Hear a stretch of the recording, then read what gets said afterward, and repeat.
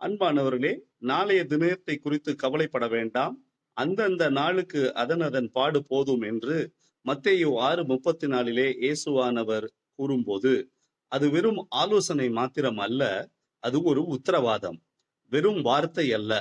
அவரே நம்மை உண்டாக்கினவர், நமக்காக மரித்தவர், உயிரோடு எழுந்தவர், பரலோகத்துக்கு ஏறி பிதாவின் இடத்திலே ஒரு வாசஸ்தலத்தை நமக்கு ஆயத்தம் பண்ணுகிறவர், நம்முடன் நித்திய உடன்படிக்கையை ஏற்படுத்தி இருக்கிறவர், நம்முடைய தேவைகளை அனுதினம் சந்திப்பவர்.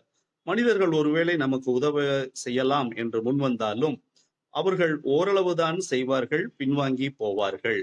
ஆனால் ஆண்டவர் இயேசு அவ்வாறு நம்மை கைவிடுவது இல்லை. இயேசுவிற்கு மட்டுமே முழு அதிகாரம் உள்ளது. அவர் வார்த்தை அதிகாரம் உள்ளது. அது சமாதானத்தை உண்டு பண்ணுகிறது. நீங்கள் ஆதரவற்ற தள்ளுண்டவர்கள் அல்ல, கிருபையினாலே ரட்சிக்கப்பட்டவர்கள். அவரே அல்பாவும் ஒமேகாவும் ஆனவர், தேவைகளை சந்திப்பவர், முடிவை அறிந்தவர். சமாதானம் பெருகுவதாக. ஆங்கில எண்ணம் வடிவம் திருமதி அன்னா ரஞ்சித் அவர்கள். இந்த நாள் இனிய நாளாய் அமைய வாழ்த்துக்கள்.